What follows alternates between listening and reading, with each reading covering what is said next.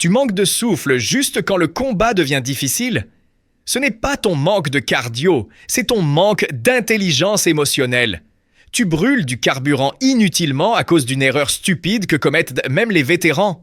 Si tu n'arrêtes pas de te battre contre ton propre système nerveux, aucun entraînement au monde ne te sauvera de l'effondrement total.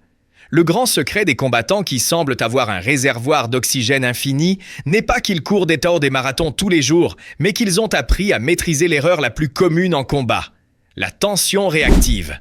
Quand tu passes en mode combat, ton corps active le système de lutte ou de fuite, injectant de l'adrénaline dans ton sang.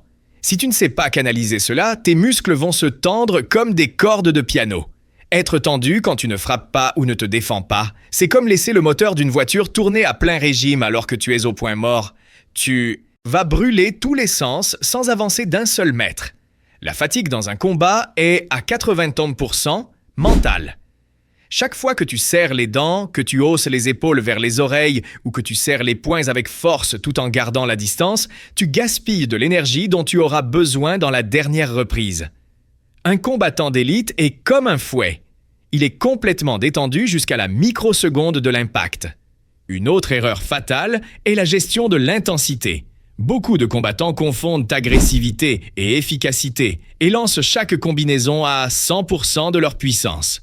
C'est un suicide tactique. Lance 3 coups chargés dans le vide et tu sentiras tes poumons brûler. Tu dois apprendre à te battre à différentes vitesses. Utilise des coups de basse intensité pour occuper ton adversaire, pour mesurer la distance et pour cacher tes vraies intentions. N'applique la puissance maximale que quand tu as une ouverture claire. De plus, ta façon de te déplacer sur le ring définit combien de temps tu vas durer. Faire des pas inutiles, sauter comme un lapin sans but tactique ou poursuivre un adversaire qui sait circuler ne te mènera qu'à l'épuisement. Marche, ne saute pas. Respire, ne halète pas. La peur d'être frappé te fait retenir ton souffle et ce manque d'oxygène éteint ton cerveau. Si tu arrives à garder ton calme sous le feu ennemi et à apprendre à relâcher la tension de ton corps dans les moments de pause, tu découvriras que ta résistance est bien plus grande que ce que tu croyais.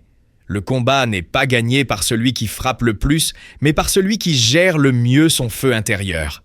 Arrête de te battre contre toi-même et commence à utiliser ton énergie seulement quand cela compte vraiment.